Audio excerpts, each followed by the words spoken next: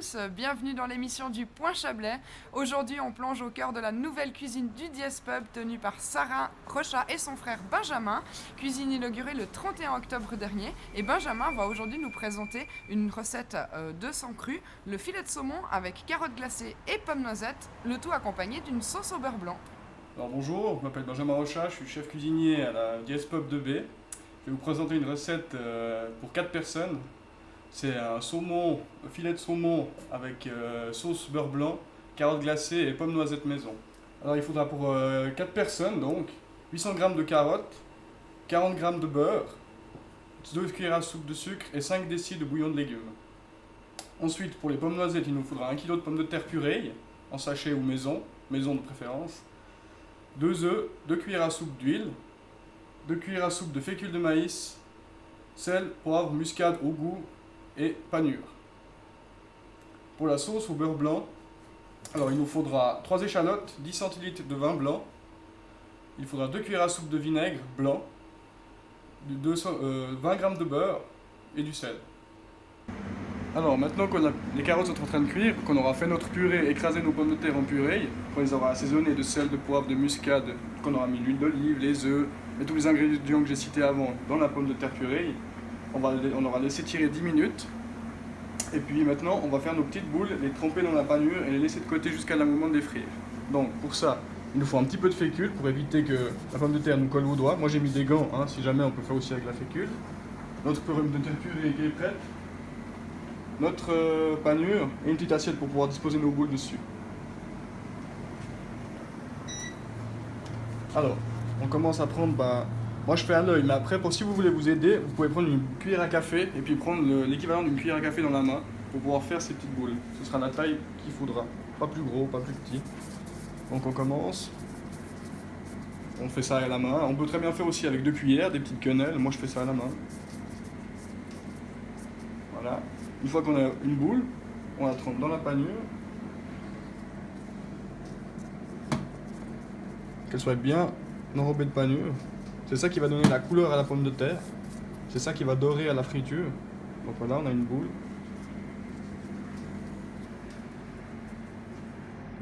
Ça peut très bien aussi servir d'entrée, faire des plus grosses boules, et puis on peut les farcir aussi, ces petites boules. De fromage, de sauce tomate, de viande.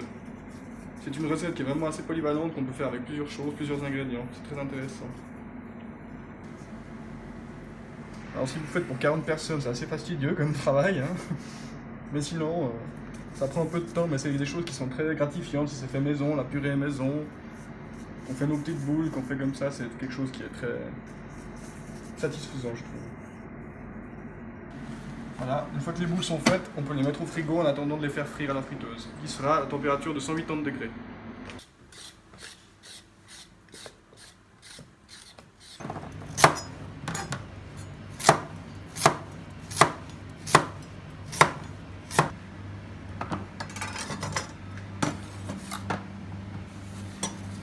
Alors là, je fais gentiment fondre le beurre, pas tout feu trop fort, sinon le beurre il va brûler et devenir noisette, c'est pas ce qu'on recherche là. C'est moins le faire fondre doucement, pardon. Une fois que le beurre sera fondu, on va ajouter les carottes, les faire revenir gentiment dans le beurre. Je vais augmenter un petit peu la chaleur quand même. Voilà. Là on voit qu'il commence à faire des petites bulles de chaleur, donc on peut ajouter. Pendant ce temps-là, moi j'ai ma purée qui est déjà prête, donc moi j'ai pas besoin de la faire. Mais pendant qu'on voit que les carottes sont en train de gentiment de revenir, on peut déjà mettre l'eau à chauffer pour pouvoir cuire nos pommes de terre plus tard, etc. Voilà, on commence à entendre chanter la casserole.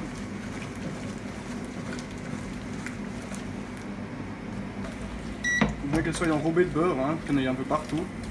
C'est important, c'est ça qui va aider aussi au glaçage des légumes. Là on fait des carottes, mais on peut très bien faire avec plusieurs légumes, tout ce qui est légumes à chair ferme, c'est-à-dire un peu des raves, des céleris, des carottes, qu'est-ce qu'on pourrait faire encore glacé? Des choux raves, des betteraves. L'autre jour j'ai fait des betteraves glacées, c'est délicieux. Voilà. Maintenant que le beurre et les carottes sont revenus, on va pouvoir ajouter nos 2 cuillères à soupe de sucre.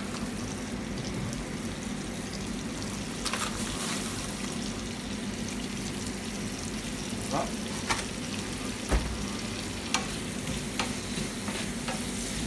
Maintenant on va pas laisser trop longtemps et on mouille avec le bouillon. Une fois que ça c'est fait, on va porter à ébullition, c'est-à-dire qu'on va monter jusqu'à ce que ça bout.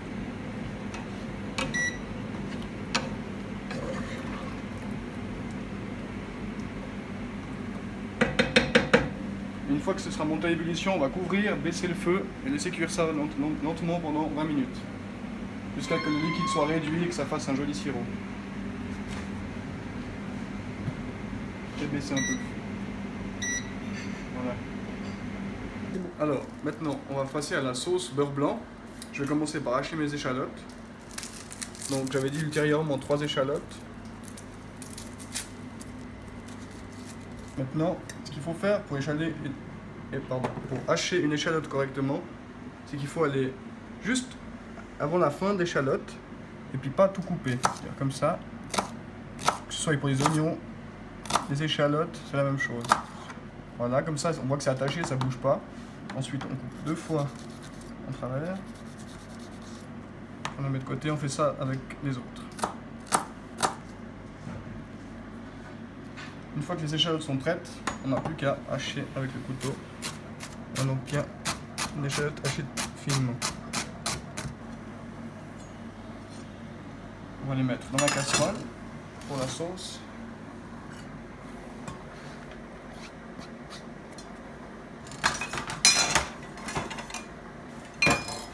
On va ajouter nos 2 cuillères à soupe de vinaigre. Moi je fais ça avec ça, mais si vous avez une bouteille, c'est bien plus pratique.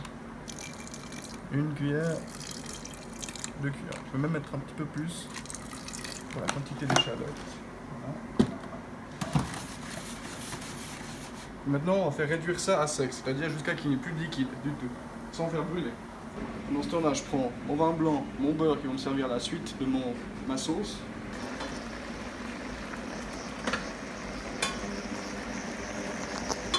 Je vais ajouter mon vin blanc. Voilà.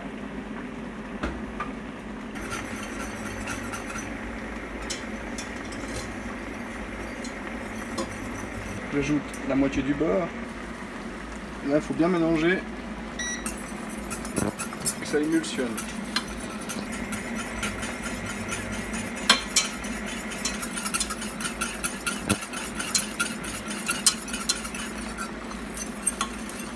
Et voilà, on a une petite sauce au beurre blanc, vin blanc. Bon, maintenant que les carottes arrivent en bout de cuisson, on voit bien que le jus a bien réduit, que les carottes, vous pouvez prendre un couteau, planter la pointe d'un couteau dans une carotte pour voir si la cuisson est bonne. Là, elles sont pas mal. Maintenant, il faut bien faire réduire le jus. Que ça devienne vraiment un sirop. On voit que ça commence à épaissir gentiment. Hein. On voit vraiment que là, on voit que ça colore. C'est comme un petit caramel.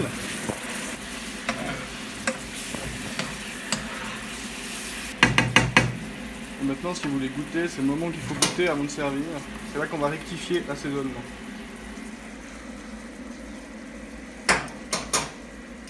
Pour moi, c'est bon. Ajouter un peu de poivre. On peut aussi très bien lier la sauce. Hein. Là, c'est ce que j'ai fait aussi avec soit du roux, soit alors comme une béchamel. On ajoute du beurre et de la farine pour bien lier la sauce. Je prépare la poêle pour mon saumon. Alors, le saumon, vous pouvez le cuire soit avec de l'huile d'olive ou de l'huile de colza qui tient bien la chaleur. Ou alors maintenant, on peut trouver ça aussi, c'est une crème à rôtir. Là, c'est de la crème d'huile végétale. Ça tient bien les fortes chaleurs et c'est très pratique pour cuire. Ça ressemble beaucoup au beurre, donc ça donne beaucoup de goût. Pas en mettre trop parce que le saumon c'est déjà très gras. Hein. On augmente la chaleur. Notre friteuse avant on a vu qu'elle était chaude, donc ça on n'a plus qu'à mettre nos petites pommes de terre. Et puis là il ne faudra pas mettre les pommes de terre dans le panier et ensuite plonger le panier.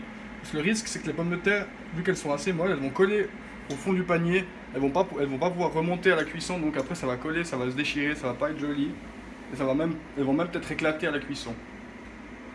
Donc pour l'instant on les garde là. Voilà, on a pris nos filets de saumon. Moi j'ai gardé la peau, hein. C'est pour une cuisson unilatérale justement, ce qui est important c'est de garder la peau. Cette peau là, moi je trouve c'est le meilleur, c'est comme le poulet au four, c'est quelque chose qui vient croustillant à la cuisson et qui va donner du goût au poisson. Donc une fois que notre feu il est bien chaud, Voilà. Si vous voulez tester la chaleur du feu, vous pouvez très bien aussi juste planter un bout du saumon. On entend que ça a fait le bruit, donc on peut mettre. Voilà. C'est normal qu'il rétrécisse un peu. Hein. Et on met un petit peu de sel.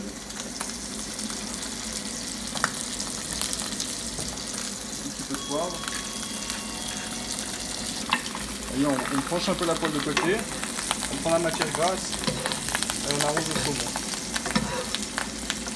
Ce qui va empêcher au saumon de se dessécher. Il va rester bien juteux, bien tendre.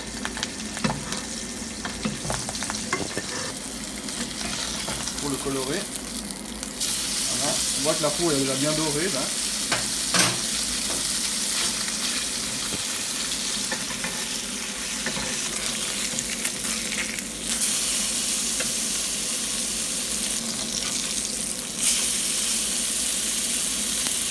Voilà, maintenant qu'il est bien coloré de tous les côtés, on peut baisser le feu, mettre à feu moyen et laisser cuire gentiment notre saumon. Comme j'ai dit, moi je veux un saumon qui soit mi-cuit, c'est-à-dire pas trop cuit, qui soit même presque cru à l'intérieur. Le saumon cru, il n'y a pas de problème, hein. On peut très bien le manger comme les sushis. Donc s'il reste un peu rose à l'intérieur, ce sera que meilleur. Voilà.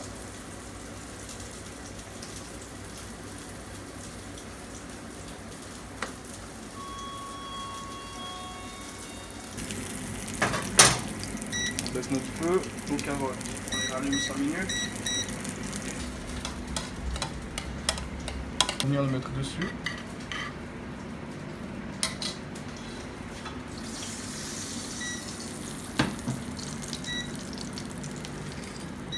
Voilà. Une petite carotte de l'assiette.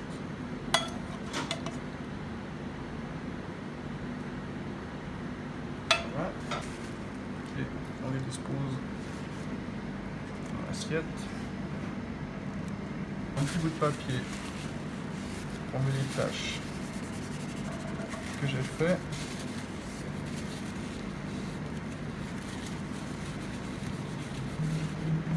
Et voilà.